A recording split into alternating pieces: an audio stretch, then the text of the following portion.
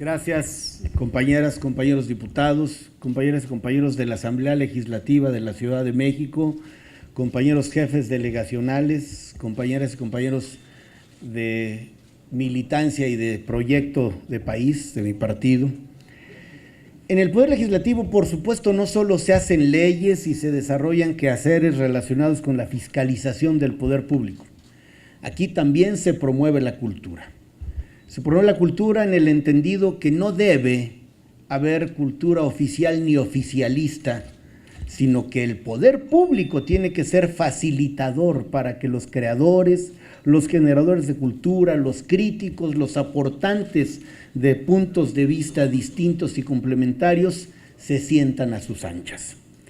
Ese ha sido el proyecto que hemos impulsado algunos al amparo del centenario de la Constitución Federal, que no solo nos permite celebrar un día, el 5 de febrero de 2017, sino todo lo que ha ocurrido en los últimos años y prepararnos para el gran fasto. Diría en pocas palabras, esperar haciendo obra política, por supuesto, obra jurídica, haciendo obra editorial, y si de esta se trata, difundiéndola. Porque la gran desgracia de las obras editoriales es que se conviertan los libros en elementos inertes, en gavetas o en sitios abandonados. Queremos provocar el interés en la lectura de este y otros textos que no solo aumentarán nuestros conocimientos, sino por supuesto nos harán mejor gente. Y si se trata de la Ciudad de México, ¿cuánto más?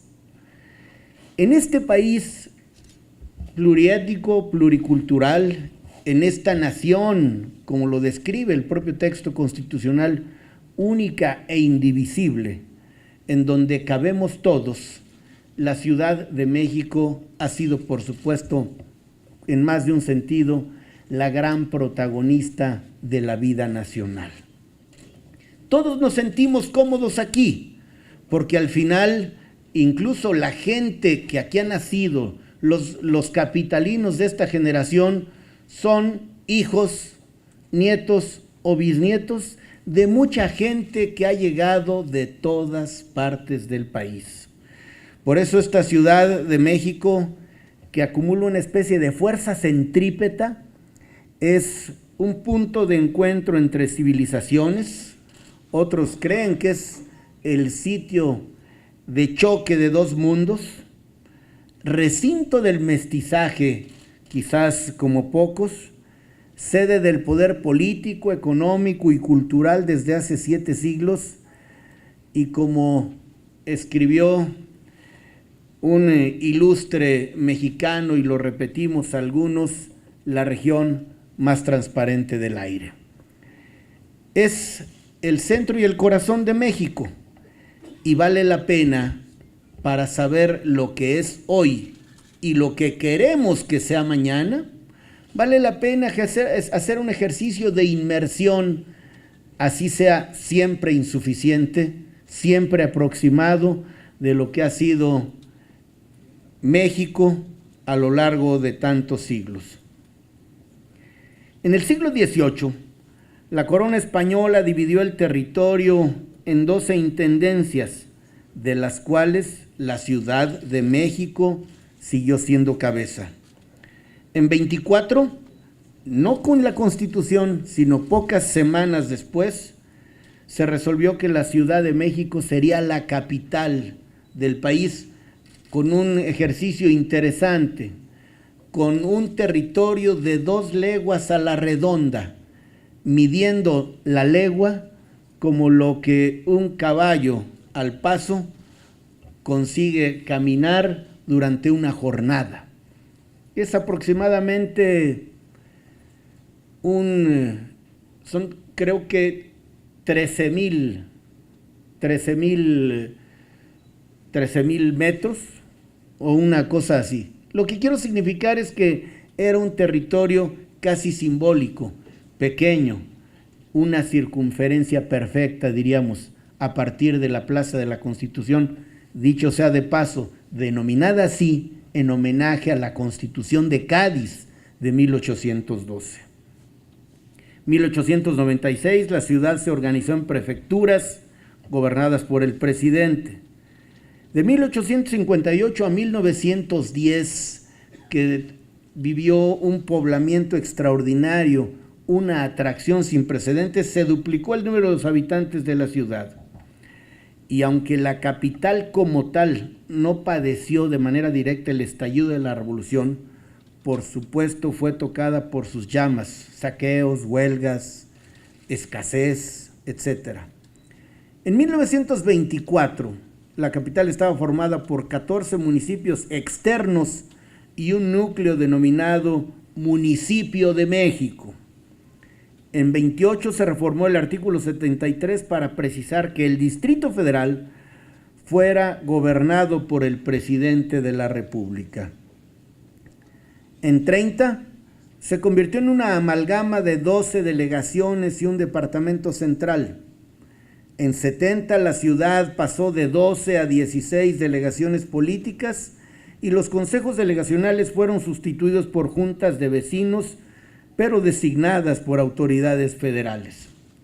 Quiero significar con esto que los cambios en la representación política y el reconocimiento del vigoroso protagonismo ciudadano y vecinal es una historia contemporánea. Es decir, a esta y quizás a la anterior generación es a la que le ha tocado fraguar y construir un nuevo arreglo social, un nuevo vínculo entre ciudadanía y gobierno.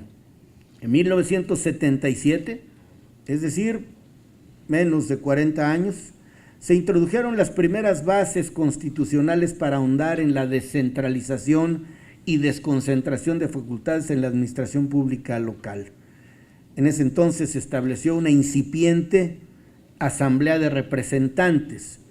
En 96 hubo cambios mucho más radicales, insisto, 20 años apenas.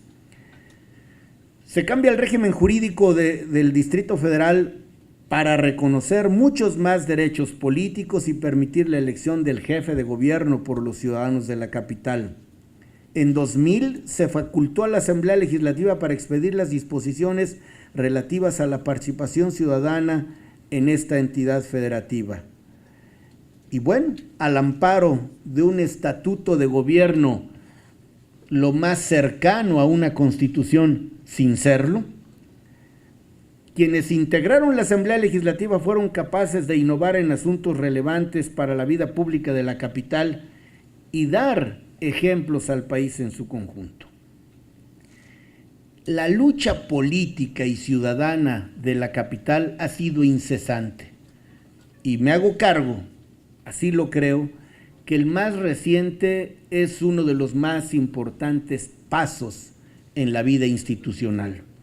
La reforma política de la Ciudad de México, resultado del Pacto por México, que da los primeros trazos, entonces pactos políticos con visos a convertirse en norma constitucional, para convertirla en una entidad, casi un Estado.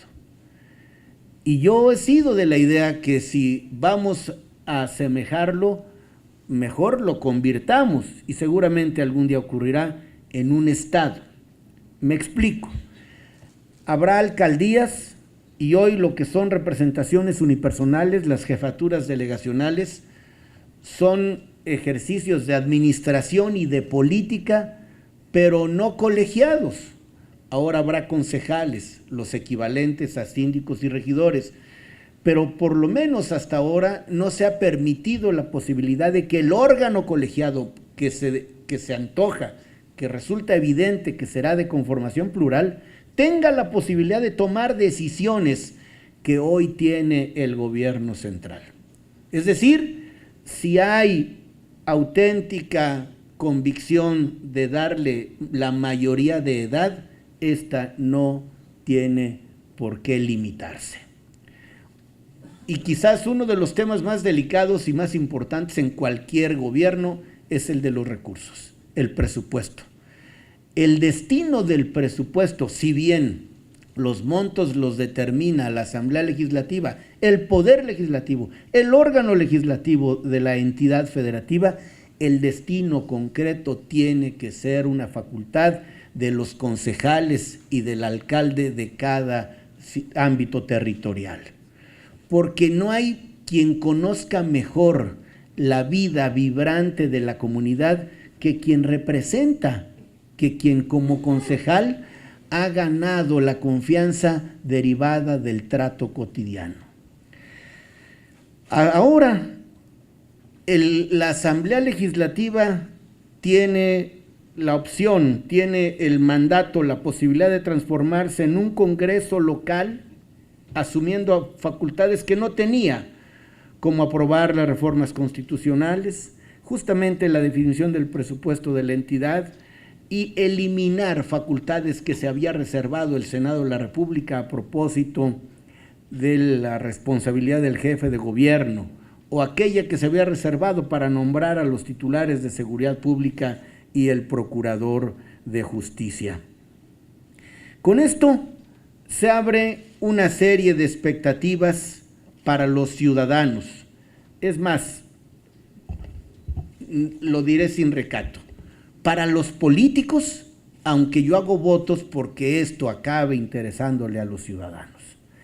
No podemos permitir que parezca que cobra fuerza la especie, la versión de que este es un arreglo entre políticos y de que la reforma a la Ciudad de México es un asunto que solo le importa a las élites de cualquier partido. Le debe interesar a los ciudadanos y a ellos solo les interesará en la medida en que les genere beneficios. Por eso estamos ante una extraordinaria oportunidad quienes tenemos un espacio en la Asamblea Constituyente, y me da mucho gusto que estén aquí compañeras y compañeros que integramos parte de estos 100, serán 100, quienes participemos en la Asamblea Constituyente que se instaló el jueves 15, que ayer sesionó en forma ordinaria y que una vez que nos demos el reglamento habremos de trabajar de aquí hasta los últimos días de enero para que irremediablemente, llegando a tiempo a una cita con la historia, se pueda promulgar el 5 de febrero como el mejor homenaje de los capitalinos a la Constitución Federal de 1917.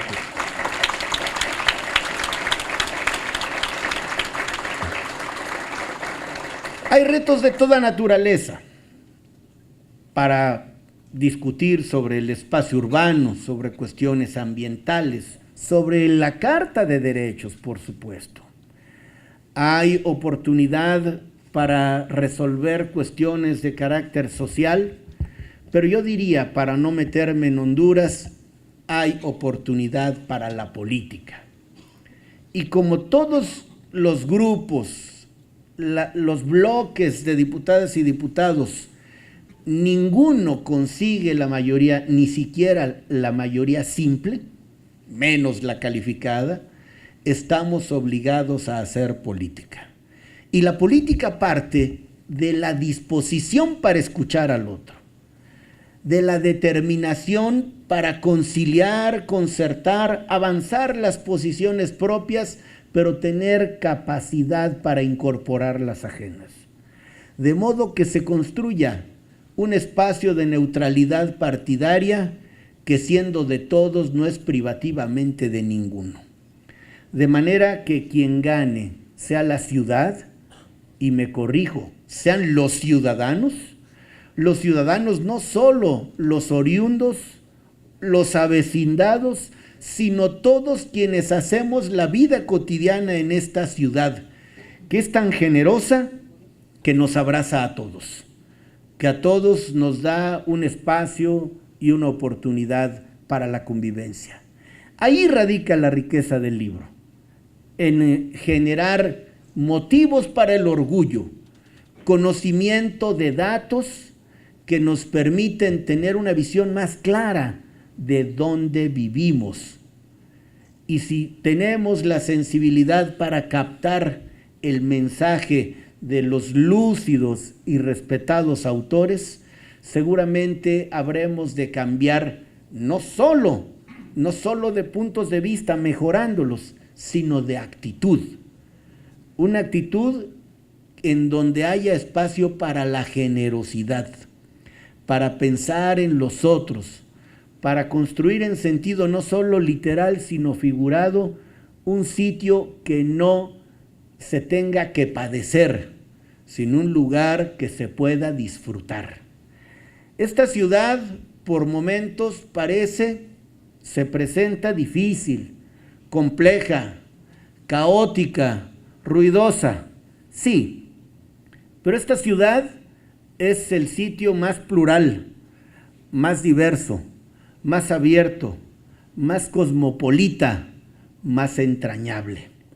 Vamos a hacer entonces que México, ese Mezcli Apam, en el ombligo de la luna, que es justamente lo que significa México, siga siendo el punto de encuentro de todos los mexicanos. Muchas felicidades.